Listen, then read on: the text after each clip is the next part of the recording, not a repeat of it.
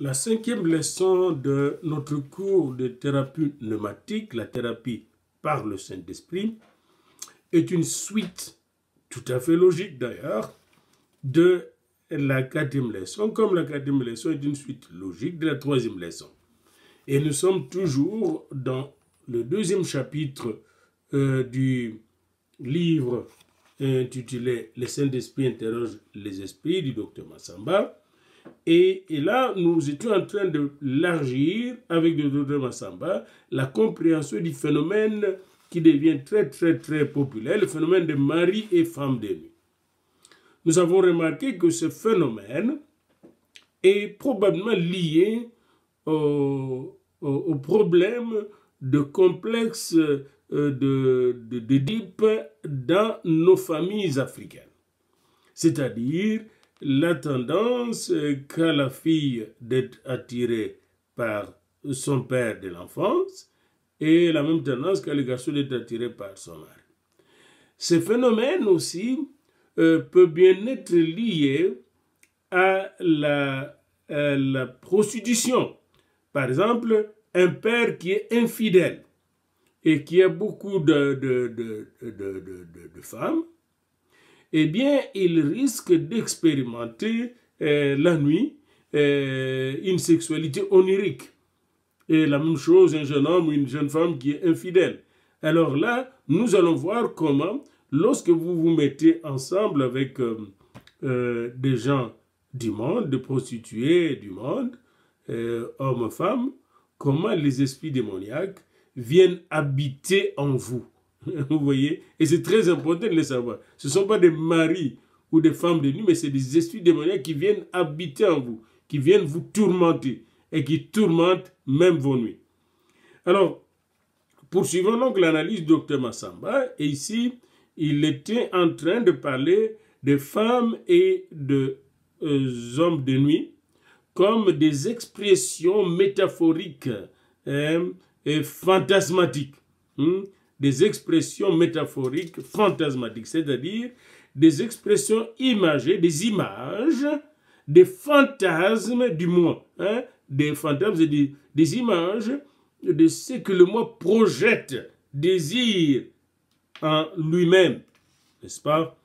Alors, nous continuons, on dit, la fonction de ce type de langage, utilisé souvent dans le groupe de prière et dans de nouvelles églises, la fonction de ces langages religieux prise dans sa seule dimension mystique. C'est-à-dire quand c'est l'esprit qui parle, puis la personne dit, prophétise, et prophétise quelque chose qui n'est pas biblique. Femme, mari de nuit, ce n'est pas biblique. Mais quelle est la fonction de cette dimension mystique? Il semble pour le docteur Massamba que la fonction de ces images, de ces fantasmes, de ces langages fantasmatiques, consiste à renforcer, à légitimer une idéologie de domination du peuple et de domestication de l'amour, de la paix que donne l'Esprit de Dieu. Selon Massamba, le gourou qui utilise ces langages tend à prendre la place du Saint-Esprit parce que vous dépendez totalement de l'exorciste pour être délivré.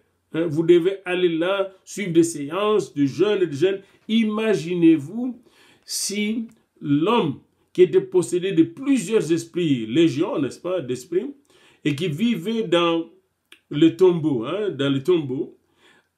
devait jeûner, prier pendant longtemps pour être délivré par Jésus. Jésus ne pouvait même pas lui demander de jeûner ou de prier parce que cette personne ne pouvait pas jeûner, prier. Mais l'autorité, la puissance de Jésus seul a fait sortir les esprits de cette personne.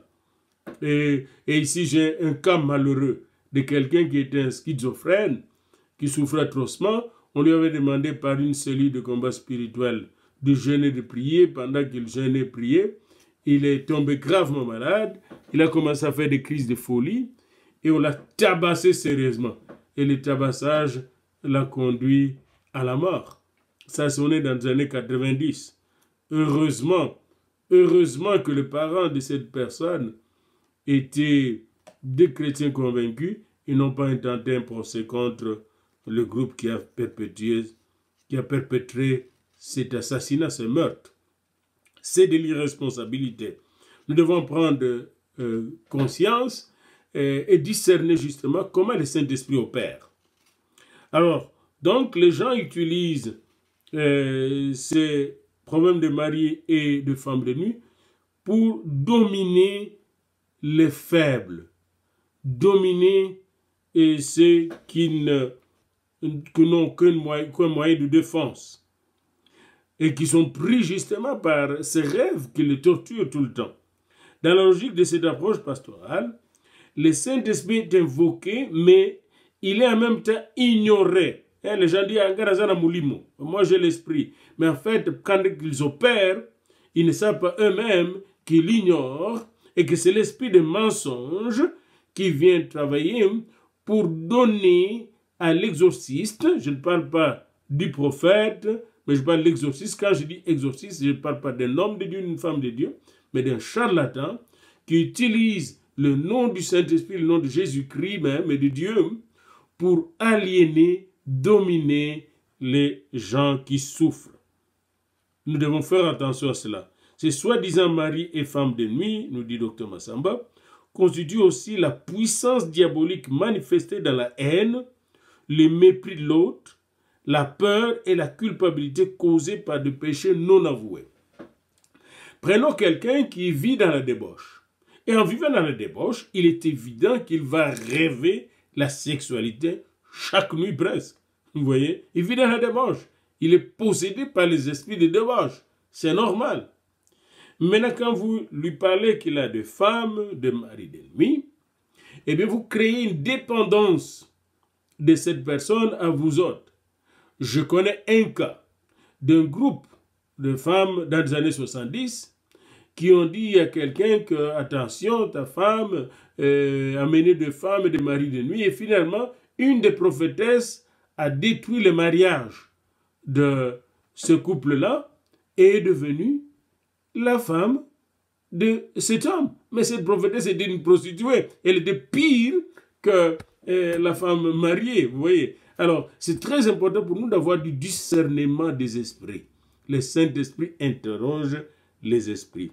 Ces soi-disant mari et femme de nuit constituent aussi la puissance diabolique, nous dit Massamba, manifestant la haine, le mépris de l'autre, la peur et la culpabilité causée par des péchés non avoués. Vous voyez ici, par exemple, dans le cas de cet homme, il y avait le péché non avoué et de la femme aussi qui le suivait. C'était des femmes prostituées qui se disaient prophétesses et qui arrachaient le mari d'autrui par la prière. Il symbolise toutes les œuvres de la chair dont parlent les apôtres. L'apôtre Paul dans Galates 5, 20-23 et l'apôtre Jean dans 1 Jean 2, 9 et 1 Jean 2, 9 et puis 3, 15. Faire route avec une telle spiritualité crée en effet une religion occultiste et fataliste. Et vous allez voir que cette religion, c'est de la parapsychologie. Nous allons le voir tout à l'heure. C'est là que le Saint-Esprit interroge les esprits. Vous devez discerner les esprits pour aller vers l'Esprit lui-même, dans sa pureté, dans son autorité, comment le Saint-Esprit, lorsque quelqu'un vient posséder, le délivre par un seul mot d'autorité de la part de Dieu. Et on n'a pas besoin de demander à l'autre de venir suivre des séances et des séances et des séances pour ne pas être délivré, mais devient, pour ainsi dire, notre pourvoyeur, quelqu'un qui pourvoit. Alors, donc, souvent, il n'y a pas de guérison de ces gens-là. Ils demeurent bloqués dans ces... On voit ces gens-là même ont peur de la mort, alors que la mort, c'est une réalité. Hein? Ils ont peur de la mort. Ils ont peur même de dormir. De telles métaphores, mari et femme de nuit, nous dit Massamba, ne peuvent être que le produit d'une conscience singulière, des milieux culturels donnés, d'un simple langage psychique et d'une situation thérapeutique qui met en évidence la fécondité des concepts freudiens, ces concepts de l'inconscient malgré lui. C'est l'inconscient qui parle. Bref, nous sommes certainement de plein pied dans le domaine du merveilleux de l'imagination, de l'imaginaire, du souvenir traumatisant. La personne a peut-être été traumatisée par un viol. Et ce traumatisme causé par un viol, n'est-ce pas, a des conséquences qu'on dit post-traumatiques. Et les images des femmes et des maris de nuit peuvent être des images d'expression de peine post-traumatique. Vous voyez. Hein? Et là, à ce moment-là, nous devons analyser la post-traumaticité, n'est-ce pas, de ces images, et pour aller récupérer la cause, s'il y avait le viol. La personne aussi peut vivre dans la débauche, dans l'infidélité. Donc nous devons aller chercher parce que même l'infidélité a des conséquences dans notre propre vie spirituelle et psychique. L'autre qui est vu comme ou rendu mari ou femme de nuit, dans le cas d'Élise, le père, peut consister en une série de souvenirs ou réminiscences bienfaisants ou traumatisants d'enfance vécue au cours d'un rêve. Par exemple, si le père d'Élise a violé sa fille, eh bien la fille va avoir ces images de façon post-traumatique à travers ses rêves. Ou si Élise a vu souvent son père s'accoupler avec sa mère, eh bien, elle va aussi revivre cela comme si cette personne, parce que le fait même de voir son père s'accoupler avec son père, c'est traumatisant, c'est pénible, vous voyez. Et tout cela est dû à cause de la pauvreté, vous voyez. C'est important. Comme un enfant qui joue avec ses amis, et on lui a dit, mais ton père, il s'accouple avec sa mère. Il dit, non, mon père ne peut pas s'accoupler avec ma mère. Donc voilà, c'est interdit même pour cet enfant, alors que c'est une réalité que le père et la mère s'accouplent, vous voyez. Alors, imaginez-vous un tel enfant qui voit son père en train de s'accoupler avec sa mère. J'ai aussi une histoire d'un grand professeur d'université à Montréal, je ne dirai pas le nom, mais dans les années 80, quand je fus alors étudiant au doctorat ici, son fils l'a surpris en train de s'accoupler avec une autre femme au salon. Et son fils est venu brusquement de l'école, puis a rencontré son père, qui était en ce moment-là aux études doctorales, en train de s'accoupler avec une autre femme qui n'était pas sa mère, mais qui était amie de sa mère. Eh bien, le père a dit à l'enfant de ne pas dire cette histoire à sa mère, sinon il va mourir. Quelques jours après, l'enfant a fait une attaque de cœur et est devenu paralytique jusqu'à la mort. Vous voyez, on peut dire, oui, c'est de la sorcellerie. Mais avant d'aller dire de la sorcellerie, commençons par ce qui est scientifique. Objectivement, le père était à la base de cette situation tragique. Vous voyez, et on doit travailler sur le père, d'abord, qui n'a jamais confessé à la mère ce qui s'était passé alors que la mère suspectait cette relation avec une autre femme qui était son amie. Donc le geste, le corps ou l'habillement d'une personne admirée ou détestée peuvent aussi susciter des fantasmes imaginatifs, comme ça peut causer du traumatisme, qui engloutissent face à la réalité d'être violé, par exemple, par une autre femme, ou la réalité de voir son père avec une autre femme, ou sa mère avec un autre homme qui n'est pas le père. Eh bien, ces choses peuvent être traumatisantes. Beaucoup d'enfants de prostituées qui vivent avec leur mère, hommes et filles, deviennent eux-mêmes débauchés, vous voyez, parce qu'ils ont vu ces scènes, finalement, pas moyen de contrôler ces scènes, et ont difficulté, beaucoup de difficultés de fonctionner académiquement, de fonctionner à l'école, vous voyez. Ils ont pas mal d'images fantasmatiques qui les empêchent de vivre dans la réalité, n'est-ce pas, sociale. Alors, tous ces problèmes peuvent amener ces enfants-là à avoir des fantasmes qu'ils sont avec des femmes ou des maris la nuit. Et alors, on va dire, ils ont des maris, bien seulement, même, on va se mettre à chasser ces images, ces esprits, alors qu'il faut d'abord et avant tout considérer le contexte dans lequel ces images se sont forgées, se sont formées, se sont construites, parce que nous sommes des constructions, vous voyez. Et bénissons Dieu, et nous qui avons eu, n'est-ce pas, des parents qui nous ont élevés dans la dignité, dans le respect depuis notre enfance. C'est une grande bénédiction. Nous devons honorer ses parents. Vous savez que la Bible nous dit, honore ton père et ta mère afin que tu vives longtemps dans le pays que te donnera le Seigneur ton Dieu. C'est un commandement général. Mais imaginez-vous pour nous qui avons eu des parents qui nous ont honorés, élevés dans la dignité, hein, et dans le respect, et puis dans des maisons convenables, nous avons eu moins de traumatisme. Donc, il est très important de savoir que femme de nuit, homme de nuit, mari de nuit, peuvent être de résultats de traumatisme qu'on a eu depuis son enfance. La personne qui jouit de cette imagination vit dans ce qui est merveilleux, et celle qui vit d'une expérience onirique douloureuse connaît un certain traumatisme psychique et spirituel. Et il y a d'autres qui aiment avoir ces images-là, puis vont vous le dire avec joie.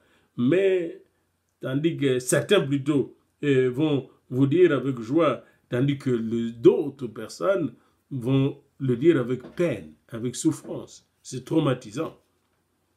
Alors, c'est cette dernière partie des gens traumatisés, psychiquement et spirituellement,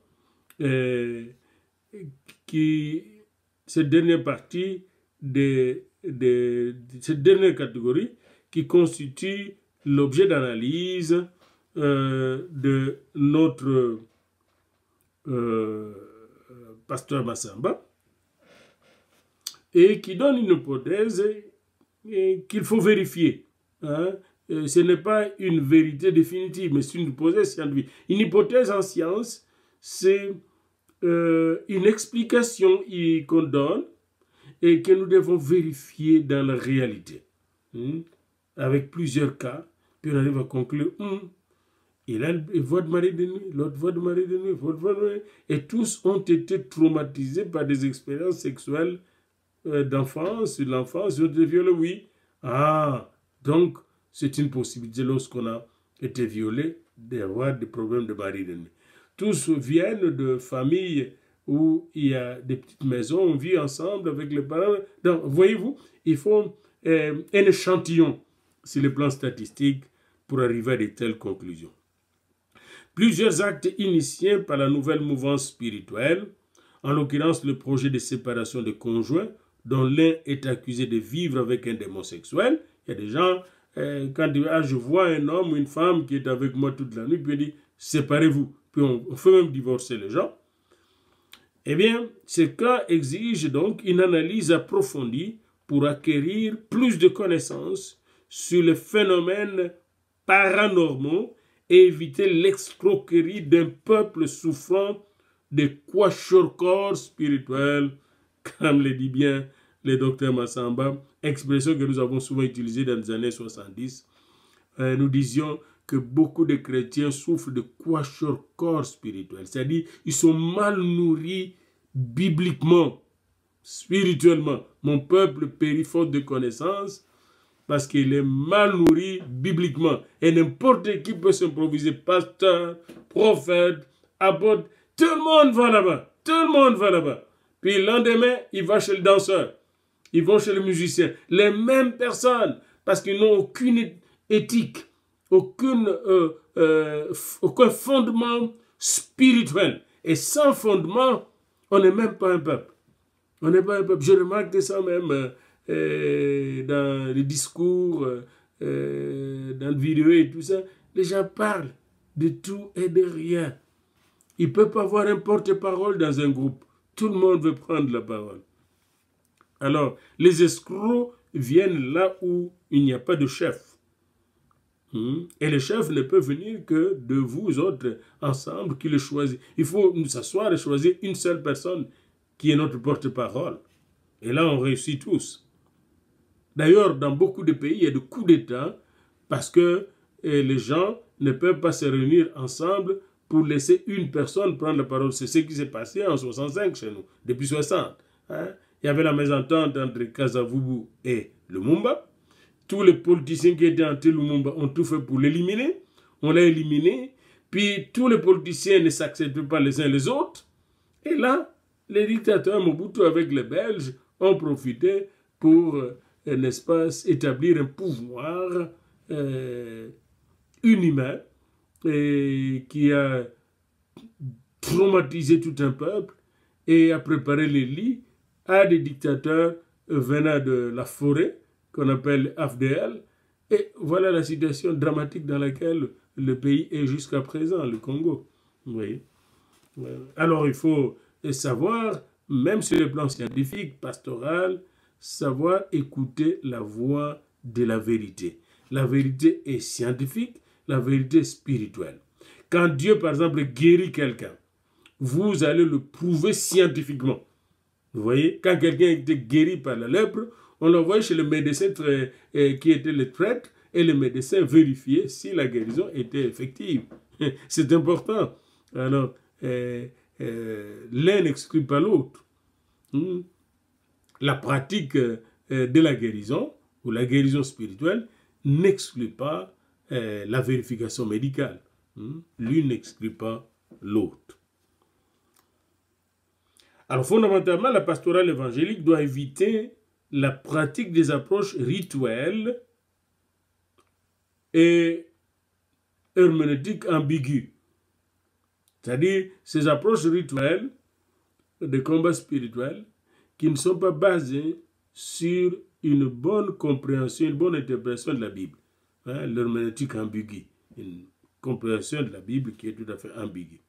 Celles-ci prennent l'esprit en otage et manipulent cette troisième personne de la Trinité.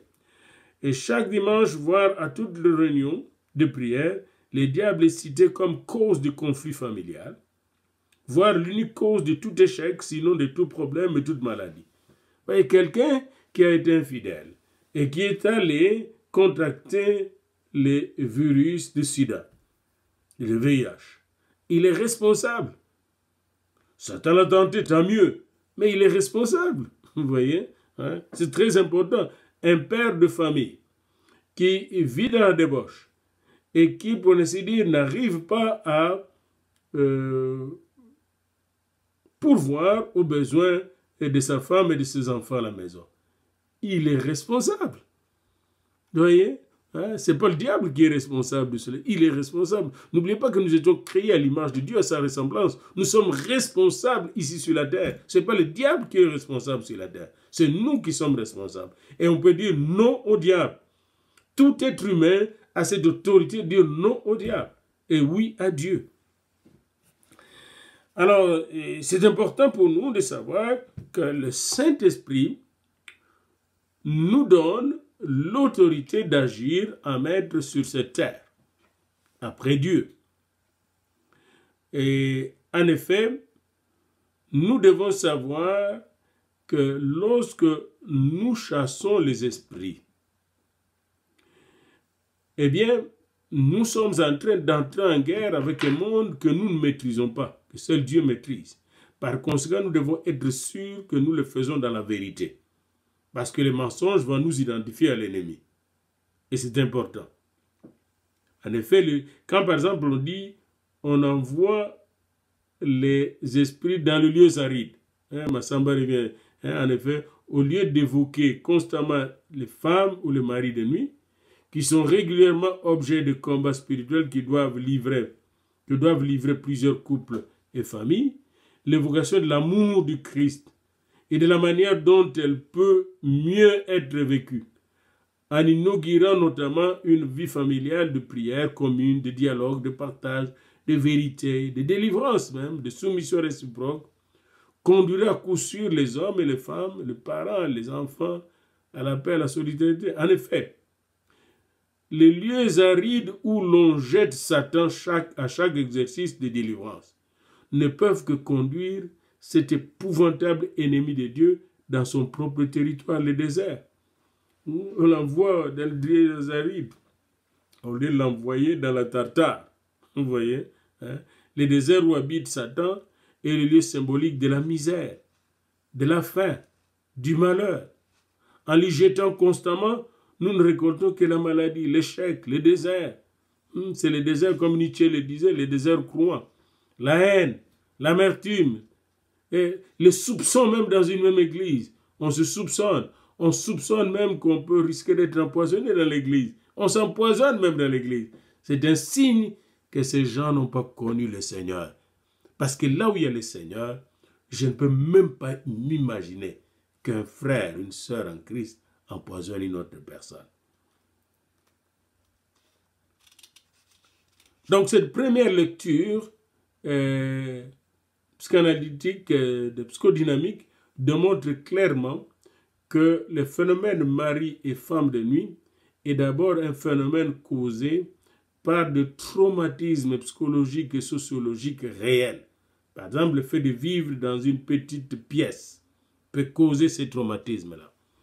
Le fait, n'est-ce pas, d'avoir été violé, le fait d'avoir des pères et des mères infidèles, ça peut causer tous ces phénomènes. Ce sont des fenêtres qu'on ouvre à l'ennemi mortel.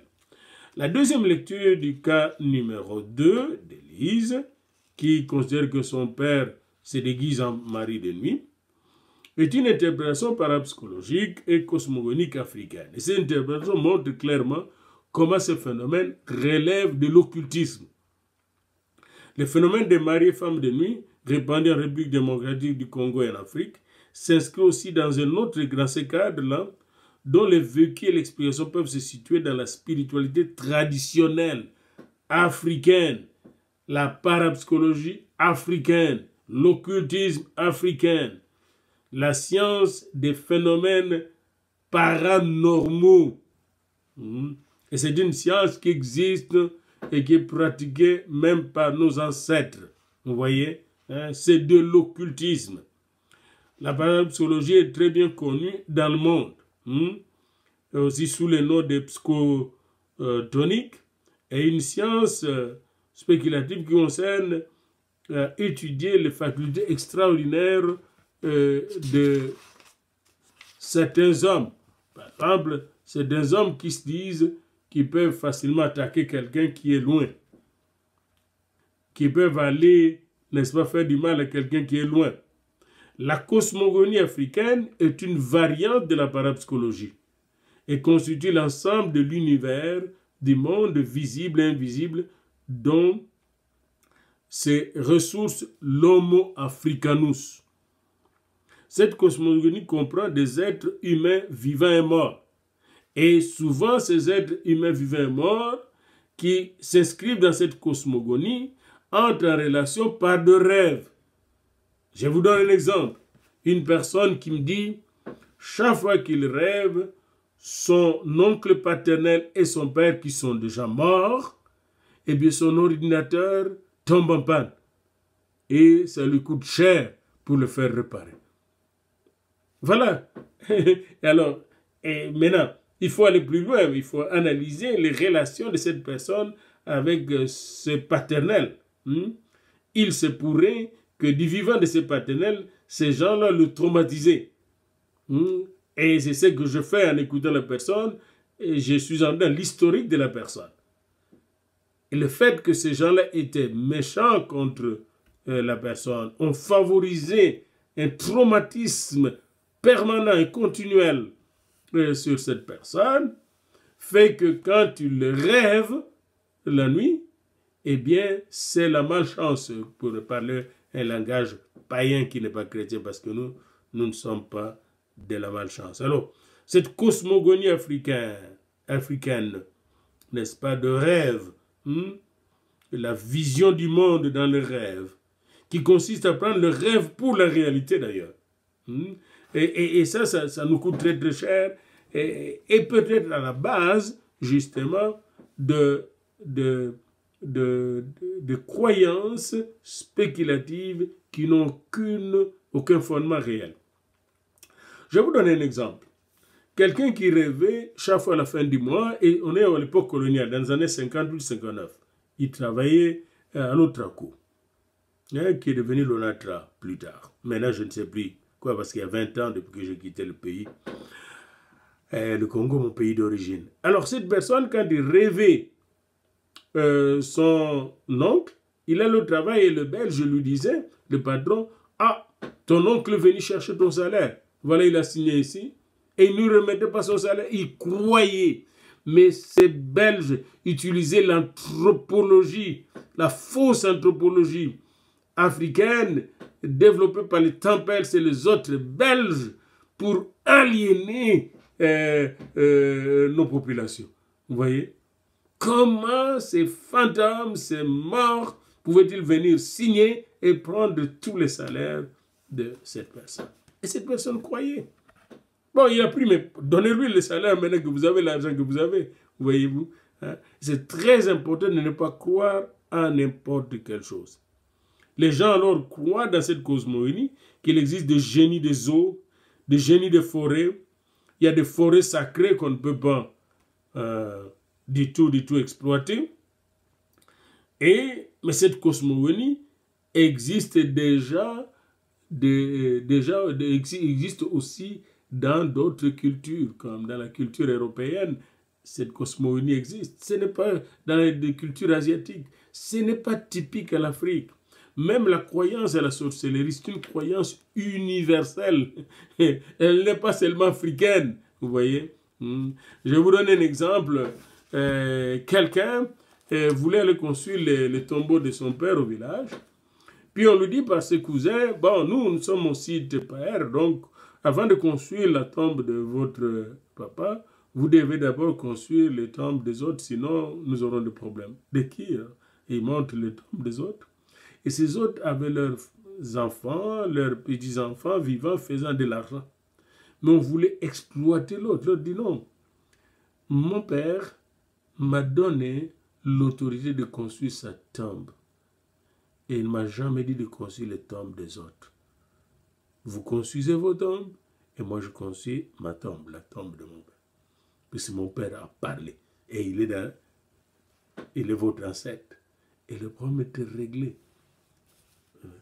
Attention à la peur.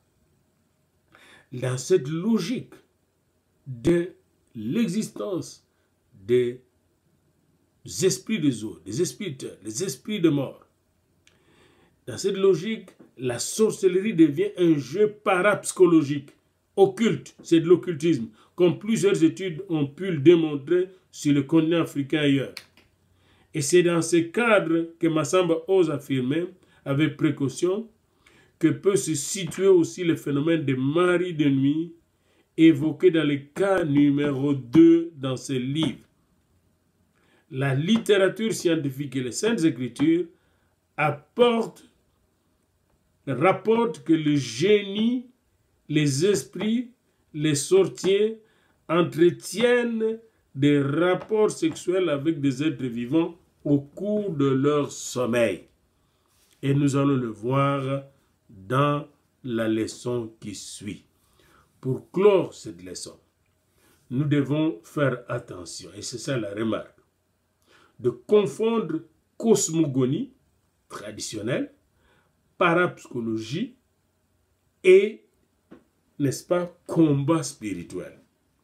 Le combat spirituel que nous menons par la foi, qui est d'ailleurs mené par l'Esprit lui-même, parce que l'Éternel combat pour nous, et nous gardons le silence. Nous sommes, par la foi, dépendants totalement de Dieu.